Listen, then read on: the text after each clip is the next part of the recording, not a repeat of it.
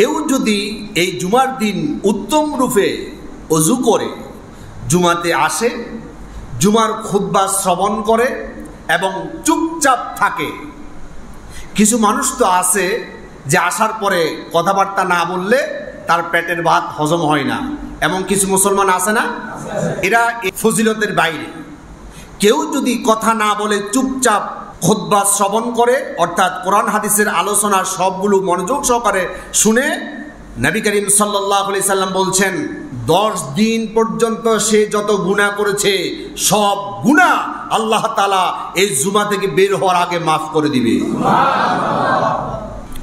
সহিহ মুসলিম শরীফের হাদিস নাম্বার 1873, عن أبي هريرة رضي الله تعالى عنه قال قال رسول الله صلى الله عليه وسلم من تودى فأحسن الوضوء, কোন আল্লাহর বান্দা যদি সর্বোত্তম পন্থায় নবী করিম সাল্লাল্লাহু আলাইহি সাল্লামের পদ্ধতিতে ওযু করে, উত্তম রূপে ওযু করে, তুম্মা আতাল জুমাতা, জুমাতে চলে আসে, ফাস্তামা, কোরআন হাদিসের সকল মেসেজগুলো সে শুনে, ওয়ান সাতা মানে একেবারে নীরবে, কথাবার্তা ছাড়া, কোনো কথা বলা যাবে না।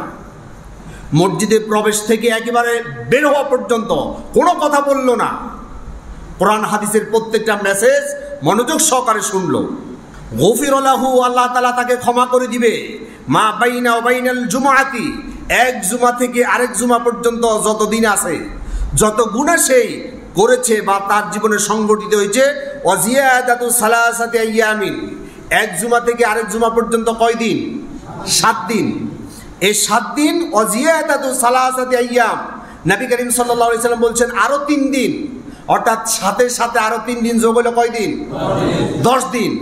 এই 10 দিন পর্যন্ত তার আমলনামার ভিতরে যত গুনাহ জমা হয়েছে, গফির লাহু মা বাইনা ওয়া বাইনাল জুমআতি ওয়া জিয়াদাতু সালাসাতি আইয়াম, এক জুমা থেকে আরেক জুমা পর্যন্ত এবং আরো 3 দিন বৃদ্ধি করে মোট 10 দিন যত গুনাহ তার জীবনে সংগঠিত হয়েছে, উত্তম রূপে ওযু করে জুমাতে আসার কারণে আর জুমার মেসেজগুলো শোনার কারণে, নীরব থাকার কারণে, কথাবার্তা থেকে নিজেকে বিরত রাখার কারণে আল্লাহ সুবহানাহু ওয়া তাআলা তার 10টা দিনের গুনাহগুলো রব্বুল আলামিন ক্ষমা করে দিবে।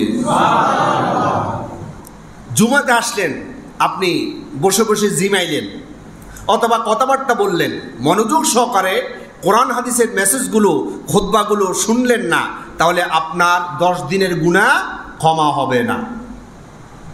নবী করিম সাল্লাল্লাহু আলাইহি সাল্লাম 3টা শর্ত দিলেন। কয়টা শর্ত ভাই? 3টা।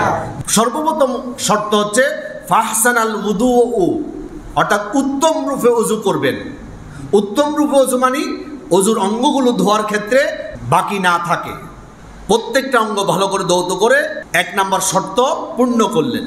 ফাস্তামা, এরপর আপনি খুতবা, বাংলায় যা আমরা আলোচনা করি এবং সর্বশেষ যেটা আমরা আরবিতে খুতবা পড়ি, দুইটাই একটা। আরবিটা না বুঝার ফলে বাংলাতে আপনাদেরকে আগে অনুবাদ করে শুনাই। এখন আপনাদের সামনে আমি যে মেসেজগুলো দিচ্ছি এটাও খুতবা, আবার আজানের পর আমরা আরবিতে যে খুতবা দিব ওইটাও খুতবা। খুতবার বাংলা অর্থ হচ্ছে বক্তব্য। কি বক্তব্য? এখন বক্তব্যটা বাংলা হতে পারে, আরবি হতে পারে, বক্তব্যটা বক্তব্যই, ঠিক না? যেভাবে শ্রোতা বুঝে সেভাবে বুঝিয়ে দেওয়াটাই হচ্ছে বক্তব্য। আচ্ছা, যাই হোক, তাহলে মূল কথা হচ্ছে আপনি এই বক্তব্যগুলো শুনবেন, যদি মনোযোগ সহকারে আপনি শুনতে পারেন, 2 নম্বর শর্ত আপনার পূর্ণ হলো। এরপর আপনি একেবারে চুপচাপ, কোনো কথা বলা যাবে না।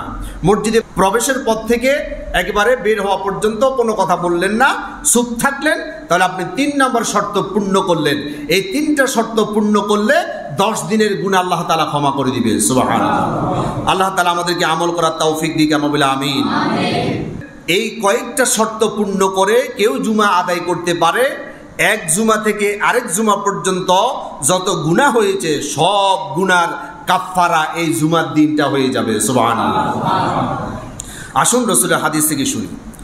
সুনানে নাসাঈর হাদিস নাম্বার 1403, عن سلمان رضي الله تعالى عنه قال قال رسول الله صلى الله عليه وسلم ما من رجل يتطهر يوم الجمعة كما أمر, নবীজি সাল্লাল্লাহু আলাইহি সাল্লাম বলছে, মা মিন রাজুলিন, কোন একজন ব্যক্তি, ইয়াতাতাহহারু, সে পবিত্রতা অর্জন করলো ইয়াউমুল জুমআতি, জুমার দিন, কামা উমির, যেভাবে তাকে আদেশ দেওয়া হয়েছে, নবী করিম সাল্লাল্লাহু আলাইহি সাল্লামের পক্ষ থেকে যেভাবে আদেশ দেওয়া হয়েছে সেইভাবে আদেশ মেনে সে পবিত্রতা অর্জন করেছে।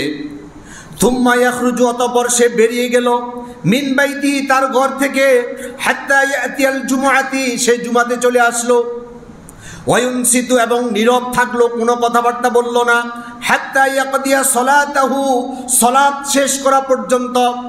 অর্থাৎ মসজিদে আসলো, চুপচাপ বসে থাকলো, একেবারে সালাত শেষ করা পর্যন্ত, মসজিদ ত্যাগ করা পর্যন্ত সে চুপ করে বসে থাকলো। ইল্লা কানা কাফারাতাল লিমা ক্বাবলাহু মিনাল জুমআ, আগের জুমা থেকে এই জুমা পর্যন্ত যত গুনাহ হয়েছে সবগুলোর কাফারা এই জুমা হয়ে যাবে। সুবহানাল্লাহ। অর্থাৎ কাফারা মানে কি? ক্ষতিপূরণ। অর্থাৎ আপনি যত গুনাহ করলেন জুমার দিন আপনি এইভাবে যখন জুমা উদযাপন করবেন, এটা ক্ষতিপূরণ হিসাবে, অর্থাৎ আপনার এই জুমাটা এইভাবে উদযাপন করার কারণে আল্লাহ তাআলা গুনাহগুলো ক্ষমা করে দিবে, ক্ষতিপূরণ হিসাবে আল্লাহ তাআলা এই জুমাকে সামনে দাঁড় করে দিবে। সুবহানাল্লাহ।